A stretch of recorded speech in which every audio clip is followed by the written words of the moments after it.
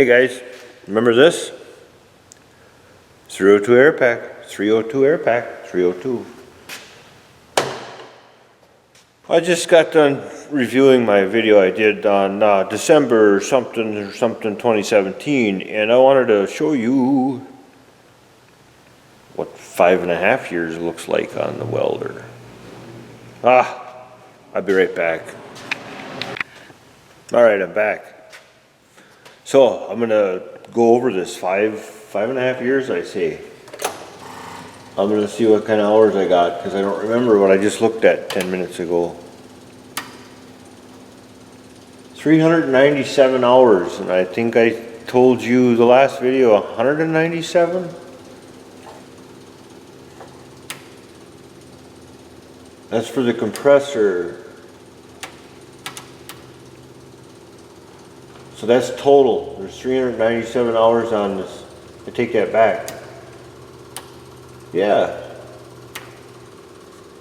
Hours. No, there's only 103 on the compressor. 247 on the machine. So, oops, I'm 14 hours overdue for an oil change. Anyhow, wanted to bring you in and do a little review of this thing and how it's treated me, and I think you guys, if you watch back in some of my videos, and I'll put at the end of this video, I'll put a link to the original video of me going through my truck. What do I want to say? This puppy let me hang once, and it was cold, but that wasn't it. It had to do with fuel. And I may have explained it, maybe not. We had to take the carburetor off, and there was some white crystallized, like, I don't know, crappy stuff, which is pretty common in today's gasoline. I mean, I don't use it enough. I don't pour any stable in it or any of them treatments in it. I use non-ethanol gas and so on and so forth. But that kind of ticked me off, because I was out there and I've never had a miller let me down ever, but that whatever. And it was, I see it a lot these days with the gasoline we have. I don't know what the hell's going on. Anyhow, otherwise she's always started. Always. 20 below, she starts. I still like the manual choke. I haven't, I don't know if they're ever going to do an EFI on this particular model. I want another one in time. What else do I got? Oh, I didn't never talk about this on the first video. But this is in the era of I don't know when they did EPA and all this stuff, gasoline. That filler neck, don't ever try filling it with a 5-gallon jug unless you pour super slow. It's got this long tapered neck to suck the vapor into the carburetor to burn the vapor. Anyways, that wasn't mandated by Miller. That was mandated by... Because the first time I filled this thing up, I got it off the pallet, off the truck, and they delivered it, drop shipped it here, and I poured 5-gallon gas, and I got gas all over the place because it just burped right back.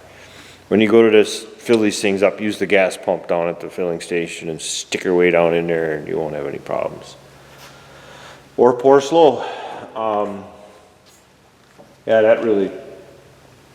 Anyways, the only other thing I've got, it puts out a fair amount of moisture. Now, me and Uncle Tony were talking about this the other day. We were emailing back and forth, and I think he's going to be putting one on his new service truck. And newer. And he sent me an email right from the Miller rep showing me what they recommend when you use a lot of air for your big 1-inch gun or bigger, is to have a minimum of a 20-gallon tank, I believe it was, mounted a receiver tank somewhere on the truck. So, and I have run into that occasion where I'm carbon arcing when it's negative degrees out, and my carbon arc gun will start shooting icicles, or the die grinder will start shooting icicles. It gets so cold and there's so much moisture in it. That's my only complaint. I wish they offered some kind of a... There's a cooler on there, but they tell you to to bypass it in the winter. So all that moisture comes straight out at you. So at some point when this thing rots out, and it's starting to now, this truck is starting to rot out pretty good. I don't know. At some point, if we do that, we're gonna mount a receiver tank, either under the bed or somewhere. And then, Miller at one time offered a $3,000 desiccant type high flow filter system, but I can't seem to find it. I was on their website the other day. But, a couple other things that kind of ticked me off. And it's just me. I've had welders for a long time, but this pressure regulator, this is, when you first get it, it's just perfect. And I don't know if they could do something protective or put a rubber boot over that the shaft sticking out.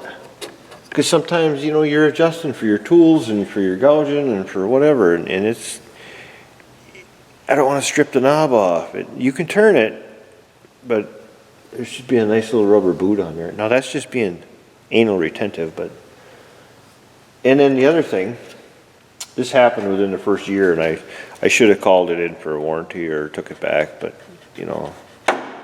this GFI is tripped and it will not reset.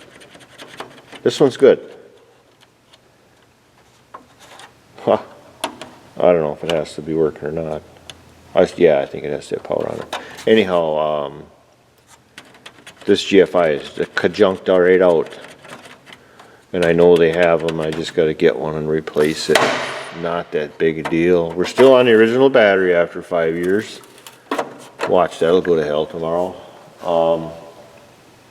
Ease of access, everything is easy to access. I sit right there and I have a video of me taking the filter out back there and cleaning it, and that should be done more than I did it. Changing oil's easy. There's a hose in there. I haven't had to change. I haven't got to the 500 hours yet for the full oil change on the air compressor, but